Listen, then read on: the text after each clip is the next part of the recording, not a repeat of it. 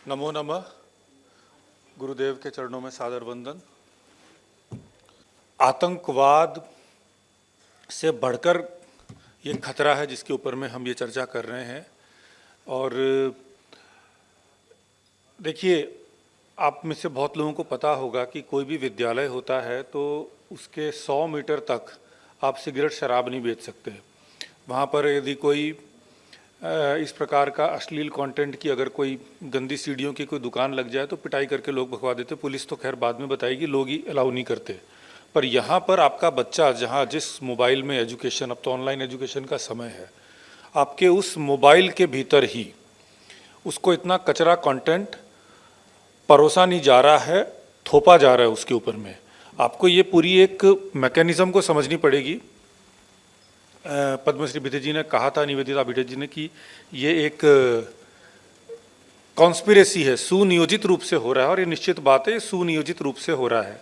अब आप देखिए, हमने एक चैनल जिनका एक हमने वीडियो का एक थोड़ा सा भाग आप लोगों ने देखा होगा, हमने उनके ग्रीवेंस ऑफिसर को भी लिखा और उनके ग्रीवेंस ऑफिसर ने जिस प्रकार का उत्तर दिया, और उसमें ये हरिशंकर जैन जी, विष्णु शंकर जैन जी ने हमारा बहुत सहयोग किया था उसमें कंप्लेन में। लेकिन उनका जो उत्तर आया वो इतना निर्लज्ज उत्तर था, और ऐसा नहीं लग रहा था कि ग्रीवेंस ऑफिसर लिख रहा है, ऐसा लग रहा था कि उसी कंपनी के किसी पीआर एजेंट जो या कंपनी का मालिक ही बैठकर मेरे को उत्तर दे रहा, उल्टा मेरे को डांट रहा है कि आपने इस प्रकार की, जो आपने क्लिप देखा, कि इस प्रकार के सद्गुण वाले उत्तम क्लिप के बारे में आपने इस तरह की बात कर कर जैसे हमारे कल्चरल या हमारे फ्रीडम ऑफ एक्सप्रेशन के ऊपर में इतनी आघात कैसे पहुंचा दिया। अब उनके तर्क आप देखिए जिससे आपको इनकी मनोवृत्ति पता चलेगी। और मैं आपको सच भी बताता हूँ, कुछ और नुएंसेस आपको पता होना चाहिए कि किस प्रकार से कॉन्स्पिरेसी चल रही है। पहला उत्तर वो देते हैं कि भाई ये जो कंटेंट दिखता है उसमें ये ऐप खुलने के पहले या वो ये गंदा वाला सीरियल या सीन खुलने के पहले आ जाता है कि तुम 18 साल से ऊपर होना। अर्थात आपका 5 साल का बच्चा यदि आपके मोबाइल में अगर वो ओके कर देता तो बोलता तो आप 5 साल के बच्चे की जिम्मेदारी है।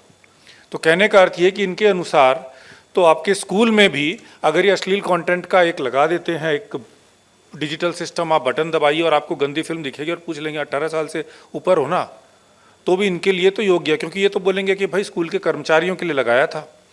उसके बाद ये कहते हैं कि ये जो फिल्म में जो दिखाया गया कि उसके अवैध संबंध उसके दादी से है, उसके माँ से है, उसकी कजिन सिस्टर से है, उसकी बहन से है, उसकी भाभी से है, बोला वो तो कैरेक्टर में है, वो तो एक्चुअल में नहीं है, वो सारे रोल प्ले कर रहे हैं।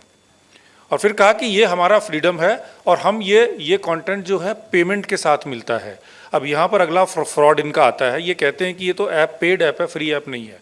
ऐसा नहीं है। आप में से 90% जियो के, एयरटेल के, किसी के भी अगर आप कनेक्शन लेते हो तो वो स्कीम के साथ में वो सारे ऐप आपको फ्री में मिलते हैं। यदि लोगों के पेमेंट के अनुसार लोगों से पे करवा कर यदि ये ऐप को डाउनलोड करवाने लगे तो इनका दिवाला निकल जाए। इनके कमाई का साधन ही यही है कि ये मोबाइल ऑपरेटर के साथ में मिलकर और आपको ये कंटेंट फ्री में उपलब्ध मिलता है। और उसी कंटेंट में वहीं पर आपका बच्चा जो है, देखिए एक बात और नोट करिए, कोई बच्चा अपने आप से मोबाइल नहीं खरीद सकता है।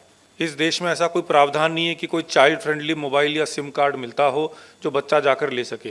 मोबाइल हमेशा बड़ों को मिलता है। अर्थात बड़ों को जो मोबाइल मिलता है उसमें यह कंटेंट ज़बरदस्ती का पुश किया जाता है। स्कूल से लेकर हर कोई आज के दिन पुश करता है। प्रधानमंत्री जी भी पुश करते हैं कि ऑनलाइन मैकेनिज्म को, अच्छी बात है, ऑनलाइन मैकेनिज्म के द्वारा शिक्षा कोने कोने में पहुँचे। अब आप ये सोचिए कि और यहाँ पर ये गरीब का बच्चा, एक निर्धन मजदूर का बच्चा से लेकर सबके पास मोबाइल है। मोबाइल के द्वारा हम गवर्नेंस उनको पहुँचा रहे हैं, मोबाइल के द्वारा शिक्षा उनको पहुँचा रहे हैं।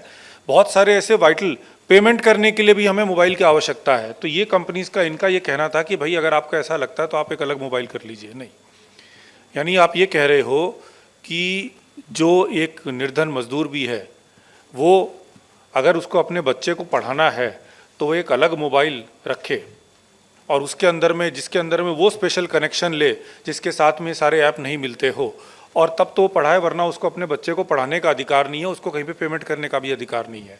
तो ये इनकी मानसिकता है। ये वो लोग हैं जो अपने धन के लिए, अपने निहित स्वार्थ के लिए देश का, धर्म का, जाति का, अपने बच्चियों की किसी की भी बलि चढ़ा दें। तो इन्हीं को शास्त्रों में असुर कहा गया था, पिशाच भी कहा गया है। ये पिशाच वृत्ति यही है। पिशाच वृत्ति इसी को कहते हैं कि जो अपना लाभ देखता है, तो वो गीता में आया भी है कि बोला है जो स्वयं खाता है वो पाप खाता है।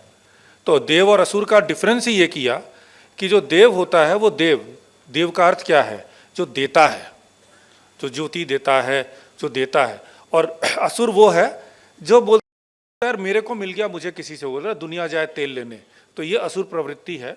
इस प्रकार के लोग हैं। और आपने अगर नोट किया हो, ना सिर्फ व्यभिचार दिखाया, उसके बाद में पूजा की थाली।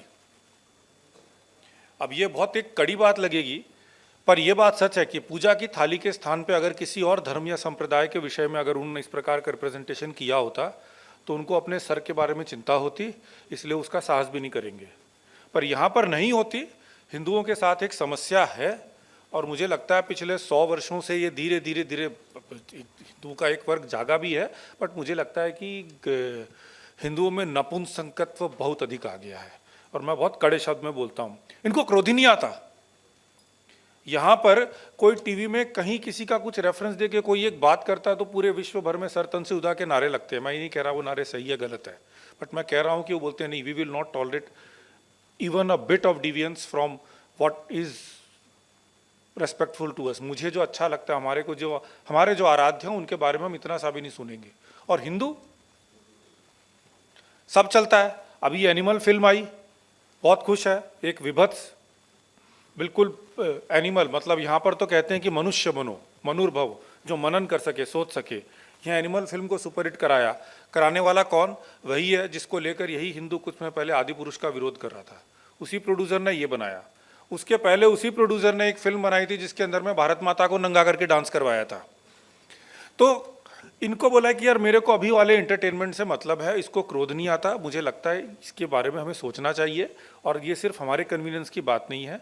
आपके बच्चे ही व्यभिचारी हो जाएंगे, एक ग्रुप आपके बच्चों का बलात्कारी बन जाएगा, एक ग्रुप ये इन्हीं के द्वारा ग्रूम होकर वो बन जाएगा जो इस बलात्कार का जिसका बलात्कार हो रहा हो तो वो बड़ा गर्व महसूस कर रहा हो कि वाह देखो मेरे पे लाइन मारा, मेरे को बहन जी। हमारे यहाँ पर हमारे अब एकमात्र एक संस्कृति है जहाँ पर बहन और भाई के रिश्ते को सेलिब्रेट किया जाता है, रक्षाबंधन होता है।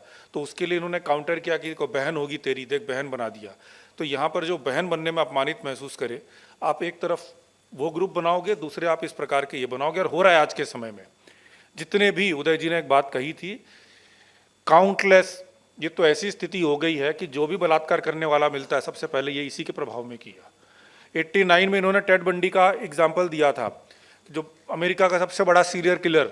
उसने अपने मृत्यु के एक दिन पहले कन्फेशन किया, बोला मैं नहीं और मैं जितने बलात्कारियों से मिला हूँ वो सब के साथ में एक बात कॉमन थी, सब पोर्नोग्राफिक कंटेंट को देखते थे। ये 89 की बात। और आज आप सोचिए, ये एक महामारी है, कैंसर से बुरी स्थिति है। ये कोविड और कैंसर कुछ नहीं है उसके सामने। इसी के साथ में बोला ना, चरित्र गया तो सब कुछ गया। चरित्र गया, चरित्र के साथ में आपके सनातन धर्म के सारे मूल सिद्धांत गए। हमारे यहाँ तो धर्म ही क्या है, धर्म का मूल आधार ही क्या है? धृतिर्दमा क्षमो यस्तेयम शौचम इंद्रिय निग्रह। इंद्रिय निग्रह को आपने नष्ट कर दिया, शौच को नष्ट कर दिया, दम को नष्ट कर दिया, गीता का आपने उपहास उड़ा दिया। तो आपने वो भी नष्ट कर दिया, व्यभिचारी बन गए। जहाँ पर उनको शिक्षा लेनी चाहिए, जहाँ पर उनको गौतम कणाद बनने का प्रयास करना चाहिए, रामकृष्ण बनने का प्रयास करना चाहिए, ये करेंगे। ये बहुत ही विकट स्थिति है।